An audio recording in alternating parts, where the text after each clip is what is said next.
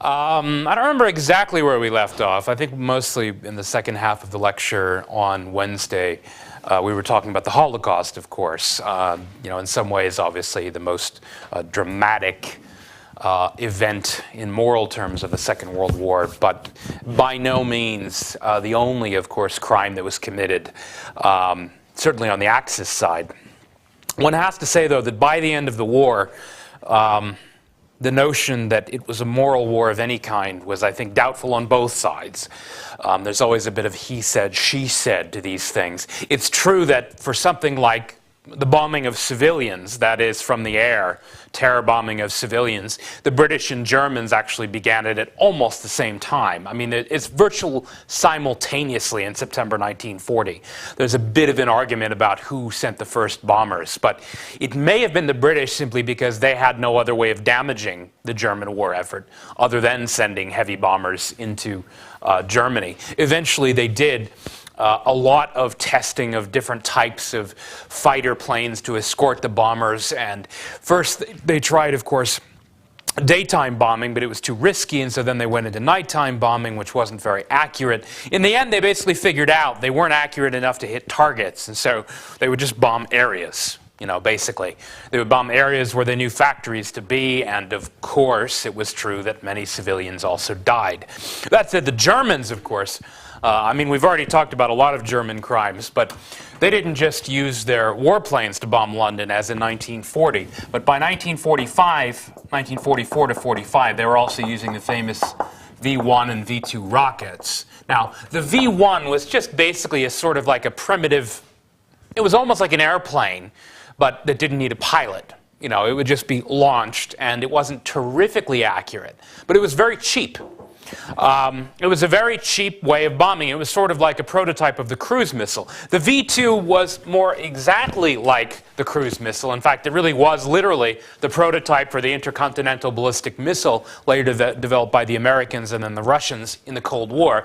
It was much more expensive, though, and it was probably a waste of money, and that it was not terribly more accurate than the V-1. The reason the Germans, and Hitler in particular, liked the V-2 was that it had a much greater range.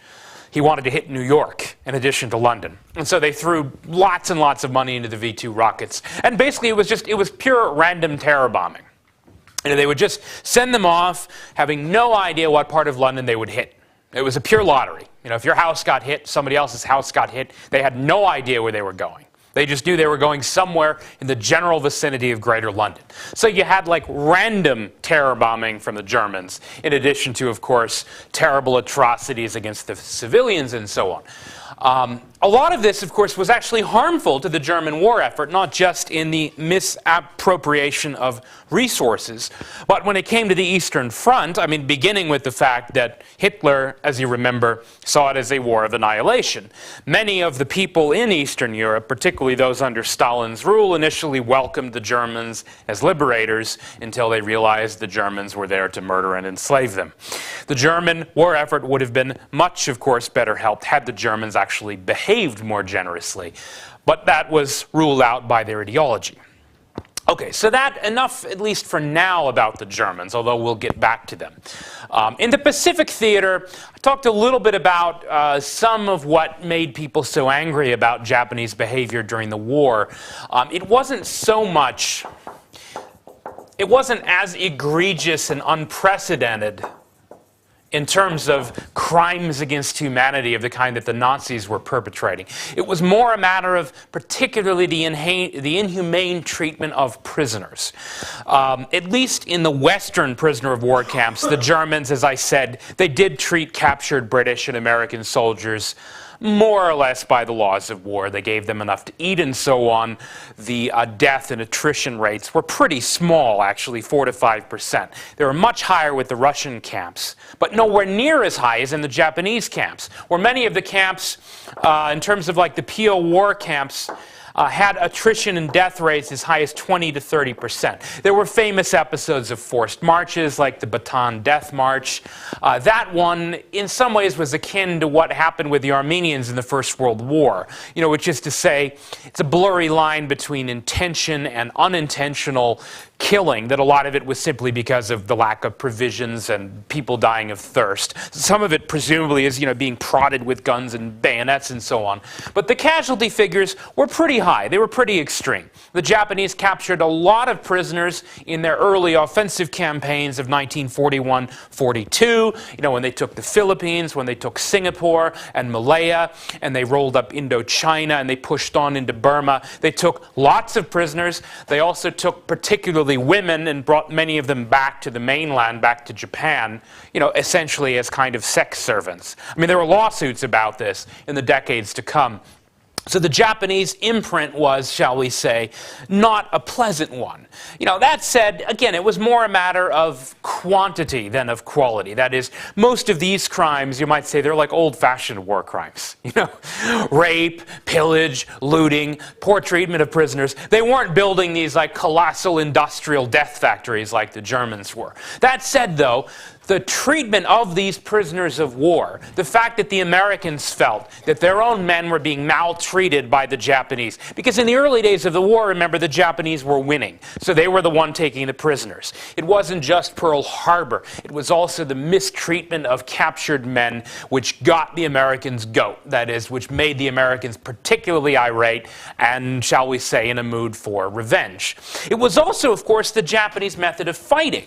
The kamikazes, I mean, here's the thing that really, I think, distinguished the Japanese war effort more than anything else. How do you defend against a suicide pilot? I mean, he literally just flies his plane into a battleship or an aircraft carrier at full speed. I mean, this is, after all, something that, shall we say, is no longer that unusual, at least judging by 9/11. It obviously set a kind of precedent, which, after all, it's virtually impossible to defend against. When you're just trying to shoot at the planes which are shooting at you, as we see in Libya, although the airplanes these days mostly have an advantage, sometimes they get shot down. But when a plane flies at full speed jet propulsion into a target, there's virtually no way of stopping it. And so when the Japanese began sending their kamikaze pilots, literally into American warships and aircraft carriers, the Americans had no answer to that.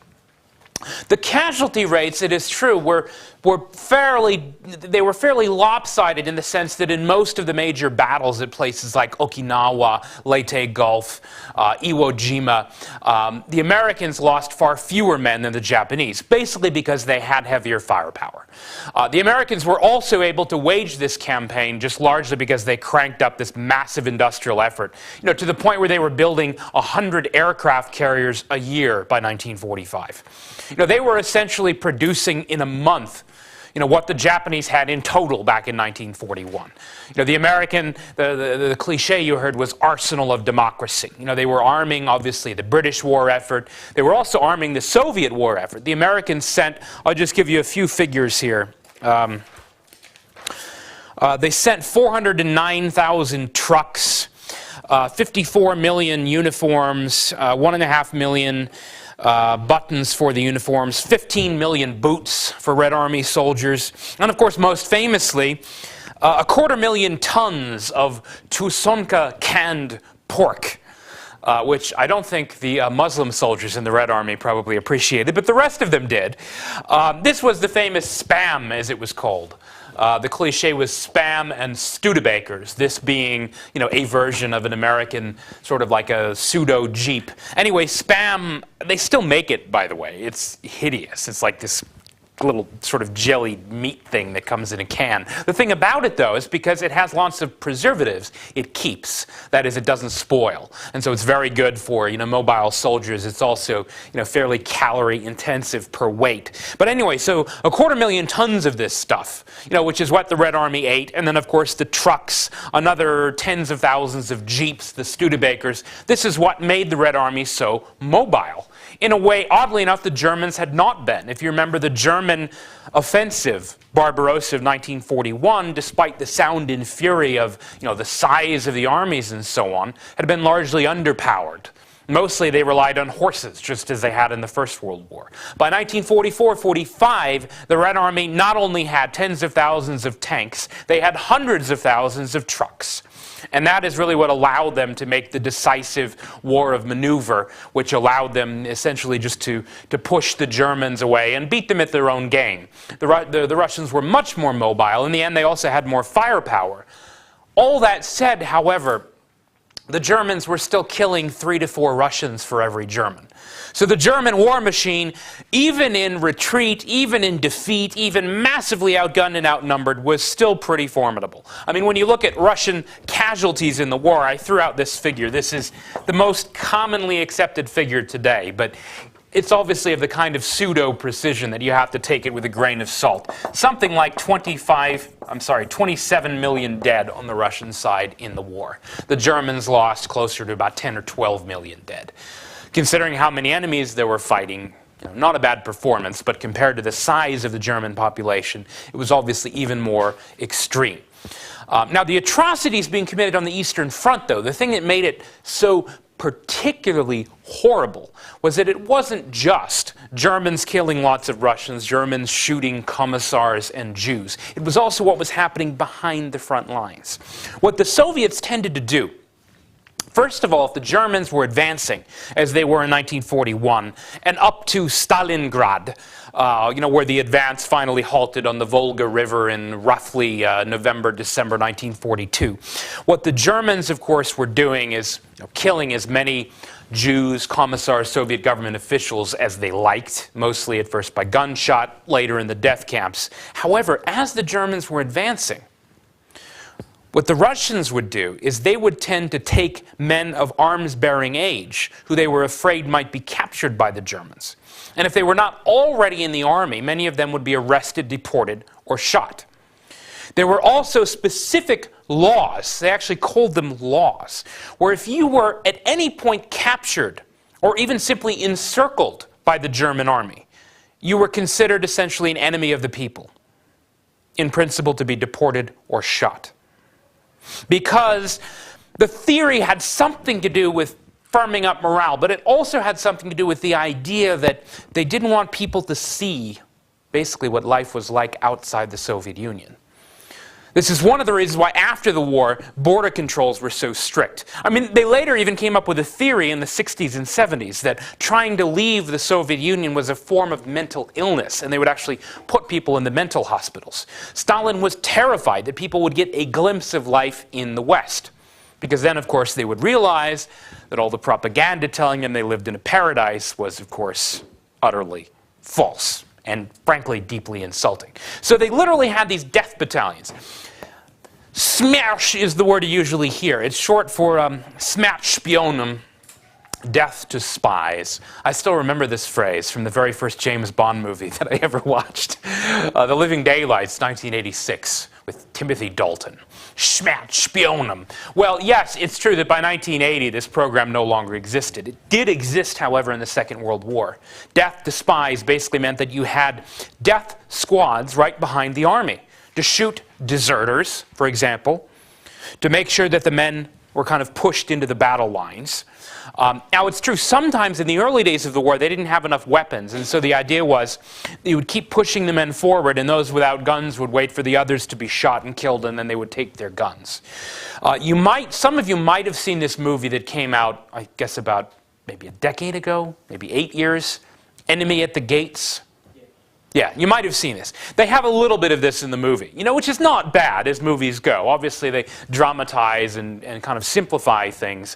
They twist the plot around so that it fits the kind of narrative. But that said, they get a lot of the details right. They really did have these people to shoot their own soldiers if they retreated. And then, of course, what happened at the end of the war was in some ways even more horrible. There's this phrase, the Pawns of Yalta. Yalta referring to the conference, of course, held in the Crimea, in the southern Soviet Union on the Black Sea coast in February of 1945. The Yalta Conference is mostly remembered for the way that Roosevelt kind of rolled over and gave Stalin a quote-unquote free hand in Poland. It's a bit complicated. We'll go into the details next week. But basically it has to do with elections and how they would be held and whether there would be observers. And that was maybe the most important political decision of the Yalta Conference. But a lesser-known aspect of the conference was that because they were concerned about the fate of their own prisoners of war, the British and the Americans, FDR and Churchill, they agreed to repatriate Soviet prisoners of war, which they themselves would capture on the Western Front. Because after all, Germany now ruled most of Europe, and you can see on the map, they have prisoners of war camp all over the place. Some of them are in the east, some in the west. Now, because there were some Russian prisoners of war here, the Russians wanted those back. Because there were some British and American prisoners of war here, they wanted those back in turn. So they cut a deal. Yeah? It was, yes. This was before the Germans capitulated. Good question. Now, the deal then was, on the surface, a kind of equalitarian thing. You know, I scratch your back, you scratch mine. The problem with it, though, was this. Now, ordinarily in the course of human events, if you're captured by the enemy army, you want to go home, right? That's the first thing you want to do. You want to go back to your homeland. You want to see your family. You want to see your home. You want to speak your own language, have familiar food. Well, that's normal. The Soviet Union was not a normal place. The Soviet Union, if you were captured by the enemy army, you were an enemy of the people. In principle, to be disposed of by gunshot or, at best, deported, either to one of the labor camps in the Gulag or, in the best case scenario, this is the best case scenario, you would be sent into internal exile, as they called it, beyond kilometer 101, which basically meant you would be at least 101 kilometers from any of the main cities, so that you would not have access to any of the amenities of life, and especially so that you would be out of sight, and you would not be able then to leave because of the strict system of internal passports. And so here's the problem. You had almost 10 million Soviet prisoners of war captured by the Germans during the war. Of those, virtually half, maybe like 30 to 40% actually died in the camps. Another 1 million were actually now serving in the German army because they hated the communists and Stalin so much. You still had 5 million left, though. Of these 5 million, you know, they were spread roughly half and half between the two halves of Europe. A little over 2 million were in the West. Those 2 million Soviet POWs were now liberated in the course of the battles of 1944, 1945, after, of course, the famous D-Day landings of June 1944. But here was the problem. They didn't want to go back. They really did not want to go back. Maybe a few of them did, but most of them knew what awaited them, because there was no secret about the laws. The US Army actually has in its vaults video footage of mass suicide attempts of the Soviet prisoners of war liberated from German camps after they were told they were being sent back to the Soviet Union. It is harrowing. It is horrifying footage. They would try to kill themselves by any means imaginable. You know, they take out like the mattress rods, you know, obviously utensils, forks, spoons. Eventually they had to just take everything away from them so that they wouldn't kill themselves. This was, shall we say, it was not maybe the finest moment in Anglo-American diplomacy, although of course it was understandable because the main priority was getting their own men back from the zones conquered by the Red Army in Eastern Europe. So in the end, rough balance sheet, of the 5 million, roughly 4 million or so were executed or sent into forced labor in the Gulag. The rest of them were either actually shot immediately. About 300,000 were shot just like immediately when they were turned over to the Soviets. The rest were, you know, sent to various degrees of either internal exile or forced labor in the Gulag. Those were the pawns of Yalta. It's a terrible, terrible story. It's a terrible story not least because of the moral dilemmas of the war. Now, the policy dilemmas of the war were in some ways no less terrible. Now, FDR and Churchill, as I mentioned the other day, had agreed to prioritize the European theater, that is, Germany first. They had also agreed on a couple of principles, the Atlantic Charter. They didn't want territorial aggrandizement. That is, none of the victorious powers were supposed to conquer new territory. Theoretically, they were liberating territory. Stalin, of course, had other ideas. The other key policy you should remember is unconditional surrender, which sounds somewhat innocuous, but of course it had a very serious point to it. The point was in part because of what had happened after the First World War. You remember that Hitler and the Nazis, in their sort of rhetoric, had always said, well, we didn't really lose. We had been stabbed in the back by the politicians. And in a way, Germany had not really been occupied in the kind of draconian method even implied by the Versailles Treaty. Although the terms were tough, the occupation was not. Germany had not really been kind of like dragged through the mud of an extensive, brutal, humiliating occupation. They had accepted a surrender, they thought, on terms of a ceasefire close to Wilson's 14 points. This time there would be no such pretense. Unconditional surrender meant no conditions at all. Utter capitulation. And they meant this for both Germany and for Japan. Now, the idea being, again, that they didn't want to repeat the same mistakes. They didn't want the country to emerge again with yet more motivation for revenge, with yet more myths that we hadn't really lost and we hadn't really been defeated. So they were trying not to make the mistakes of the last war.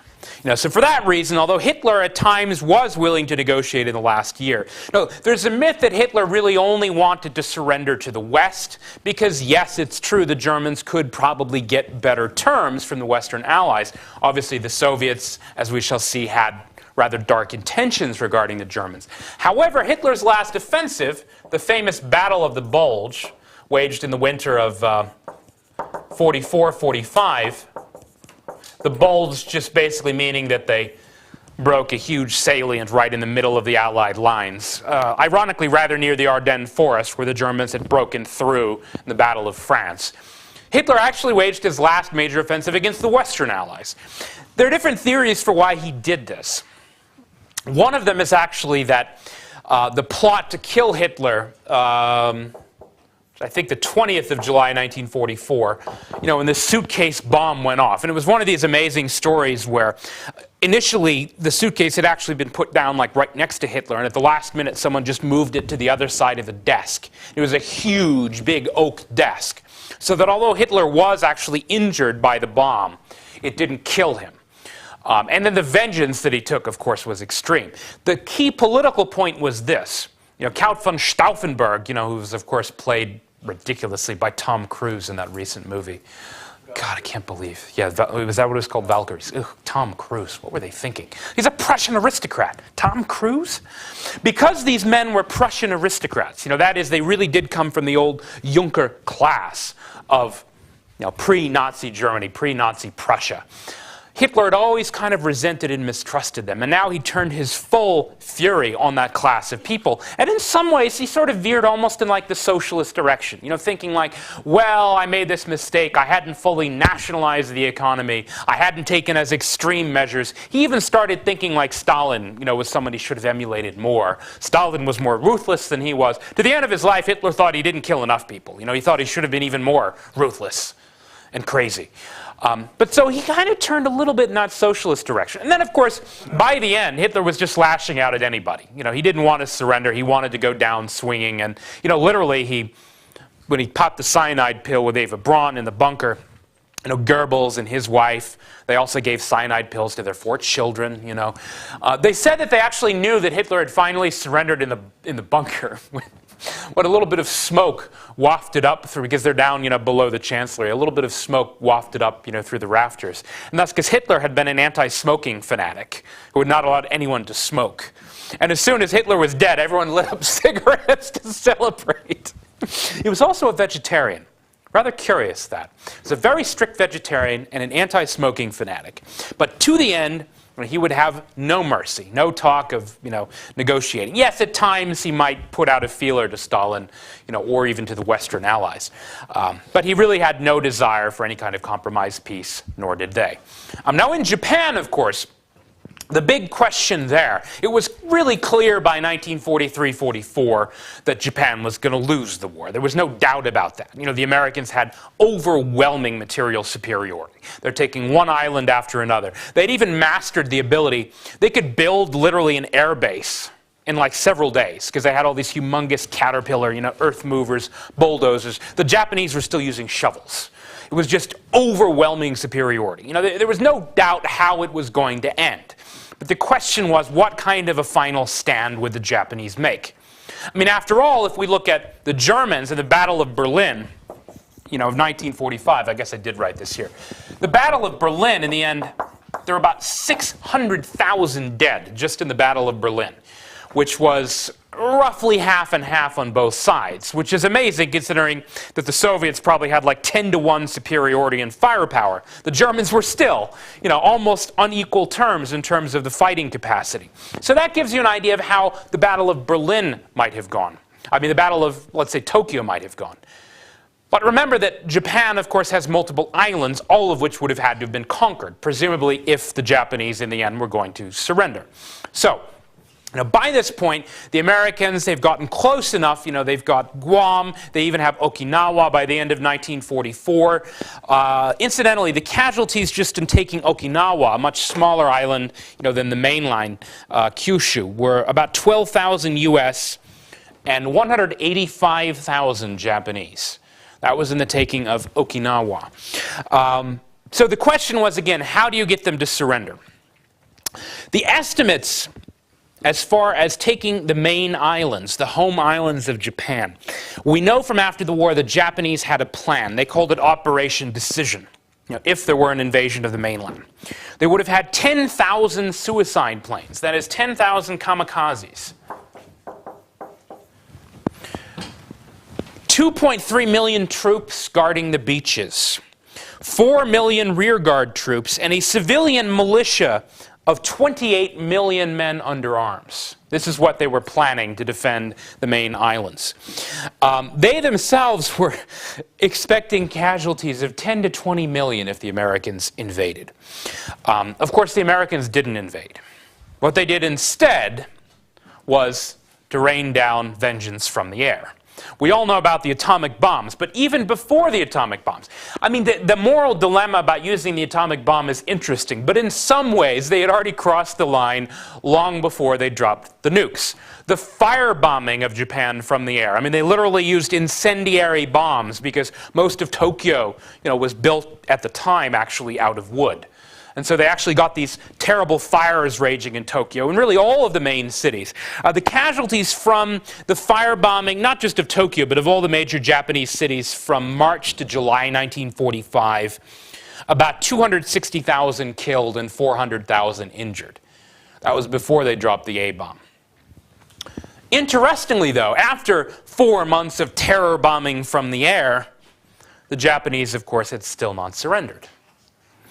This then was the idea of dropping the atomic bomb. Now, some of it was just also timing. You know, they didn't actually test the atomic bomb until July. You know, when Oppenheimer there's this famous quote, he says something like, you know, I am now death itself, the destroyer of worlds. You know, they finally have this explosion at Alamogordo, New Mexico.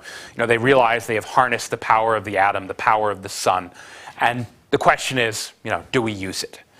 There's an argument that the Americans used it against the Japanese, you know, partly for racial reasons, that they wouldn't have used it against the Germans. I see no reason to believe that. The Germans had surrendered by May 1945. The atomic bomb was not tested until July.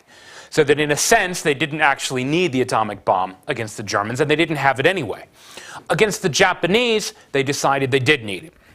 Now, the idea was, first, a warning. Now, this is significant because, again, not to defend, but to kind of explain the action by the Americans. They did drop 700,000 leaflets warning the residents of Hiroshima that they were going to drop this bomb. They did give them fair warning. Curiously, no one evacuated. And the question is, I mean, it was the right language. They did drop them in Japanese. Supposedly, there are different versions of this story, but supposedly, by this point, FDR has died and Truman is president. And supposedly, Truman's mother had once visited Hiroshima or something, or like she had been nearby. And so a story was going around that the Americans would never actually bomb Hiroshima. It had been spared all of the terror bombing. It was one of the few cities that had actually emerged unscathed. So there was also a theory that the Americans were planning on using it once they occupied Japan. So the people seemed to think, well, they're not going to harm Hiroshima, also because it was a beautiful city. Now, they thought the Americans wouldn't want to harm it because they wanted to use it, basically. So for one reason or another, people didn't believe it. Maybe they also weren't sure the Americans really had the atomic bomb. Because after all, there's a lot of bluff and misdirection with psychological warfare. And the Japanese themselves, like all states, were studying the atomic bomb. Yeah? Was the American afraid of losing the war? Because I think that due to the tactic that Japanese use, like kamikaze bombing, Yeah. I think that American was, they were afraid of losing the war. Well, maybe not losing the war, but they were afraid of what would happen if they invaded the main islands. They were afraid that they themselves would probably lose, as many as 2, 3, 5 million men. Because as I said, the Japanese plan had, 4 to 5 million men on the beaches, civilian reserve of 28 million. Yeah, they probably thought in the end they would win. There was also an issue with timing, where the Russians were planning on entering the war against Japan in August. And this one is very interesting because you can flip it around one of two ways. You can say on the one hand that Japan surrendered not because the atomic bombs were dropped, but because the Russians entered the war, in fact, the day after the second bomb was dropped, which was 9 August 1945. That was on Nagasaki. Now, Nagasaki was in some ways an even sadder story because it was not the first target. It was not supposed to be targeted. Oddly enough, it was actually the most Christian city in Japan. It was a city that the Americans had not meant to target at all, but the pilot apparently couldn't find the right city because of cloud cover or something. And so they dropped it on Nagasaki instead. I mean, it was literally that accidental. Nagasaki, the damage was not quite as severe. In Hiroshima, something like 100,000 died immediately, and another 100,000 maybe died later of radiation sickness, or at least were injured. Nagasaki was smaller, maybe like 75,000. But anyway, so the 9th of August, they dropped the second bomb on Nagasaki, and the very next day, the Russians invaded Manchuria. And then the Japanese surrendered. So, again, there are different ways of looking at it. On the one hand, the two together might have finally convinced the last people in the Japanese command. But actually, no, the army command did not surrender. That's the other interesting thing. The Emperor Hirohito read out a message over the radio, basically saying it is now our shame, but we can do nothing else but surrender to, superior force. But as he was broadcasting this, several senior military officers actually literally broke their way into the palace and they started tearing the place up. They even burned down the prime minister's residence because they didn't want the radio broadcast to go out. They did not want Japan to surrender. But somehow they got the I don't even know how they did it, but they got the tape out in time because it hadn't been broadcast yet. And then they broadcast it over basically the objections of the military. The military did not want to surrender. But once the emperor's broadcast had gone out, it was final. So the Russian intervention might have had something to do with it, but the overwhelming evidence seems to suggest that Hirohito, based on essentially this kind of horror of the atomic weapons and what they would do next, decided to surrender. So, different ways of looking at it. The Russians were clearly opportunistic in that they then made all these demands for the Kuril Islands and also the second half of Sakhalin Island and, various privileges in terms of the line in the sea that would be considered, Russian territory and so on. The Russians made heavy demands on Japan, even though they didn't even enter the war against Japan until basically Japan surrendered. So it may have helped convince the Japanese to surrender. But the Russians were in a rush. While it's true they had done the bulk of the damage to the German army on the Eastern Front, they had done virtually nothing against the Japanese. America made 99% of the effort against the Japanese. And so partly for that reason, when the American Occupation Authority was established, they did not indulge Russian pretensions regarding the future of Japan. They did, of course, famously grant, the Russians the northern half of Korea. They made other concessions to the Russians in Asia, but when it came to Japan, the Americans insisted, because they had fought the whole war, that they were going to run things their way, which did include also, certain trials similar to Nuremberg. They weren't as grand in scale as Nuremberg. They, in the end, they hanged about 1,000 war criminals, for mistreating prisoners of war and various atrocities against civilians and so on. But the idea, anyway, in the end, the way the Americans thought about Hiroshima and Nagasaki was that they were, in the end, saving lives as they saw it. It was a terrible moral calculus, but it went something like this. If they invaded Japan, they would lose a couple million, and the Japanese would lose 10 million. And instead, they killed about 200,000 with the atomic bomb. Terrible moral calculus. But again, in some ways, the dilemma had already been kind of surpassed in the sense that the terror bombing from the air had already begun. In German terms, I didn't even mention it because there's so much going on, but partly in order to convince the Russians that they were helping. The British, mostly with some American support, had firebombed Dresden, and this is in early 1945, killing almost as many people as actually were killed at Hiroshima, just in one day bombing of Dresden. German cities were practically flattened to the ground. Like if you go to Germany today, they've rebuilt Dresden to make it look like it's old, but it's not. This is actually true even more of Warsaw. The story of Warsaw, and we'll look at it a little bit more closely next week. But this, it really kind of tells you about the kind of man Stalin was. The Poles had spent the whole war basically kind of, aside from helping to participate, many of them in, the death camps and so on, the Poles with conscience had actually developed an underground army of resistance. As they called it, a home army, which had about 15,000 men in arms in Warsaw. And as the Red Army got close to Warsaw in the summer of 1944, they decided to rise up, to help basically liberate Warsaw from the Germans. Stalin ordered the Red Army to stop, not to help them, because he didn't want the Poles to liberate themselves.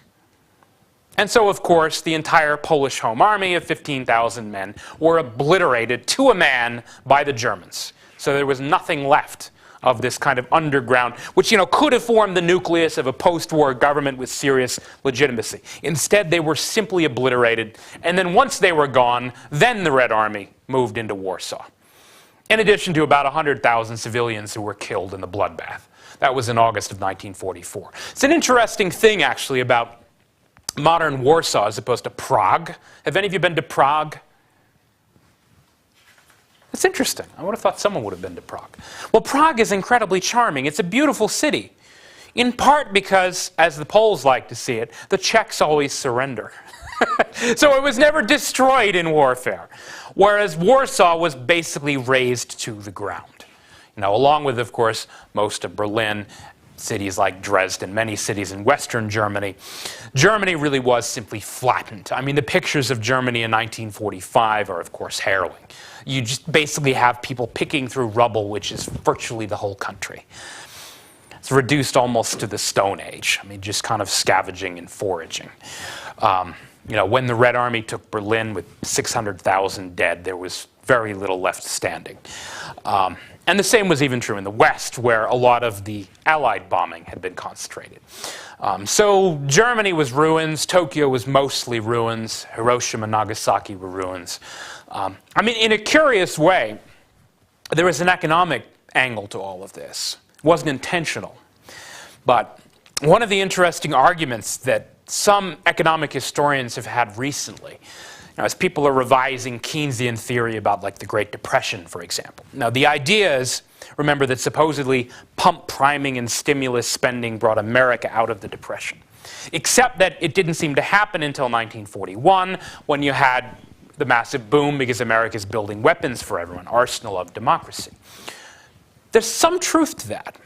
But America's dominant position economically after the Second World War, where they had virtually half of global output, like 50% or more of global manufacturing. It's a very simple reason. because the industrial plant of the rest of the industrialized world was obliterated in the war. America had no competition for at least a decade after the Second World War. Again, not by intent, not by design, but that was sort of the result. Japan and Germany, two of the most advanced industrial powers, were essentially in ruins. Their factories virtually dormant, almost no production left. Because after all, that was the whole point of the bombing, was to try to destroy the factories. There was a lot of collateral damage. But so by the end of the war, you talk about this moral balance sheet, and the German crimes against humanity were obviously kind of unprecedented in the scale and the nature of them. Japan's crimes were kind of more traditional, as I have said, but no less horrible for the people who suffered them. But there was something of, shall we say, not a guilty conscience exactly. I mean, there was, of course, a sense of vengeance and justice felt by the victors, not least at Nuremberg, where they put all these terrible German, mass murderers on trial. But obviously a moral line, a moral Rubicon of some kind was crossed in the war when civilians were deliberately targeted from the air by bombs, and when, at least in Japan, at least for the first time, atomic bombs were used. Although it is curious, again, for some reason we have a particular squeamishness about nuclear weapons. I think because they are different, because the process of fission and fusion is different, because it does seem to harness the power of fundamental natural laws in a way that other bombs don't quite do. It's curious, like even in Japan recently with the earthquake, there was all this press coverage about the Fukushima reactor.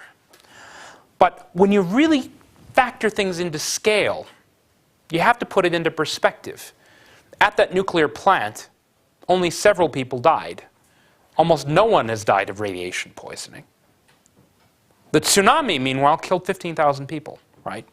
So why is it that we're so focused on the nuclear reactor?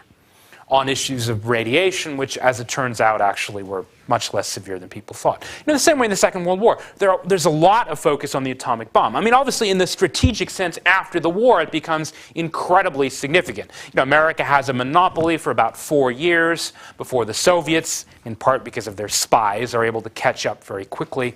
Obviously, nuclear power and the nuclear the kind of non-proliferation treaties, they all have a strategic significance.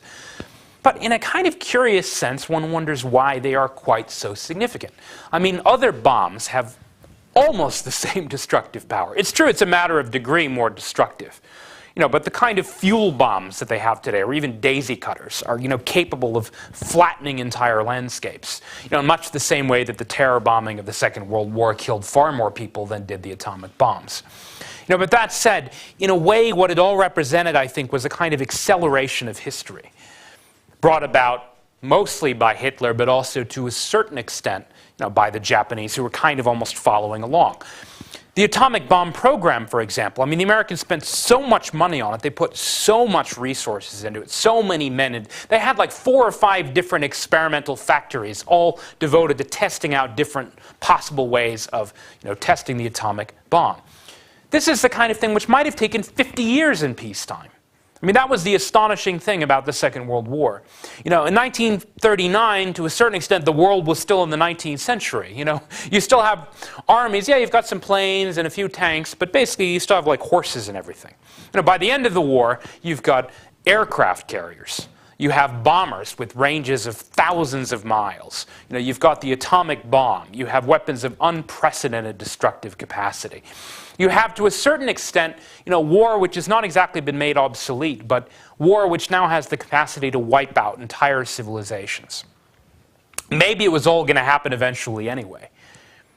But it's a sobering thought to realize how much of these colossal developments all basically came down to the will of one man. Adolf Hitler, with, yes, some help from others, with some help from Stalin and his own paranoia and so on. But I, for that reason, have always been rather skeptical of these theories about impersonal social forces and, structural ideas about the relations between states. All of that is very interesting and sometimes helps you to understand history. It remains true, though, that had Hitler not come to power in Germany in 1933, then the 55 million people who died in the Second War, many of them would still have been alive in 1945. You can chalk it up to the ultimate evil of one man. I think we have a little bit of time left. I don't have a watch. Do we have any time? Not much? A couple minutes. I'm sorry, I meant to leave about 5 minutes. But are there questions quickly about the practice midterm, which I sent yesterday, I think? Did you all get it? Yes. Okay. Questions? Yeah. Yes, that is my gift, my hediye herkese. The reason is, frankly, if not, half of you will fail. So that's why I give the essay questions. Yeah, what was that? No. Well, similar. Look, I mean, you can guess from the terms what the basic subjects are, but the terms will not be the same. You can't just memorize your answers. The idea is to give you an idea of the basic subjects that we'll cover. Something about First World War and the Versailles Treaty, interwar politics, Ruhr crisis, reparations, Hitler, Nazis, economic crisis, depression, 1930s, diplomacy, Popular Front, Hitler, Stalin, various pacts, terror in the Soviet Union, issues to do with the Nazis and their racial policy, Second World War. Basically what we covered in class. Let's say there are probably about 12 or 15 general subjects that I could ask you about. And those 9 questions give you a pretty good idea of what I'll probably ask you about. The terms won't be the same, but they may be similar. Yeah. Sir, about the essay part of the exam, how argumentative can we get? As argumentative as you like. Instead of just repeating what you told us. Of course.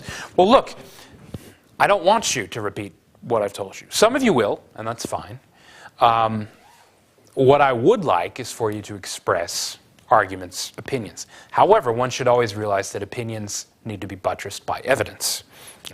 Particularly the stronger your argument, let's say it's a really surprising, counterintuitive argument. Great, but back it up with evidence. You need facts. As much as possible. Now, I know that on the quiz you didn't have all that much time and some of you were new to the format. But the essays in general were extremely thin on the quiz. Short, in fact. There wasn't a lot of, where's the beef, basically. There wasn't a lot of it there in most of the essays. You need facts, particularly since I'm giving you the questions beforehand this time, which should help. I wouldn't memorize Wikipedia entries. I mean, this is a warning I always give. I know the Wikipedia entries on most of these subjects, and I don't think you want to be paraphrasing. It's not in your own best interest. It's good if you draw on the class material. In fact, that's kind of what I expect you to do. I don't necessarily expect you to go and do extra reading on these subjects. I mean, in some ways, actually, I almost discourage that. Not that, I want you to do extra reading, yes, but I don't want you to go cram for an essay question. I want you to look over your notes and the course material, which we read. Now, I'm most impressed by an answer which basically tells me that you've been coming to class and paying attention and listening and learning. Obviously, it's fine if you're disputing my account of something, of the Great Depression or Hitler's rise to power, whatever subject you're interested in. But you need to have the facts. And yes, if you have read whole books on some subject, please bring that information in. What I don't want you to do, though, is to go the last minute and cram some online thing from Wikipedia or Encyclopedia Britannica or some other article that you read online and give me someone else's version of the subject. I want your own version. I want your own thinking, your own thoughts, based hopefully on what you learned in class, if that helps. Other questions? Yeah. You say that Japanese must have reported to them with their eyes closed off the veranda. You mean kamikaze bombing? Yeah, it's like suicide, basically. Was it almost like an act of suicide in the sense that they knew it would lead to defeat? That's the idea of the question. Yeah, it's meant to be fun, but obviously it's serious too.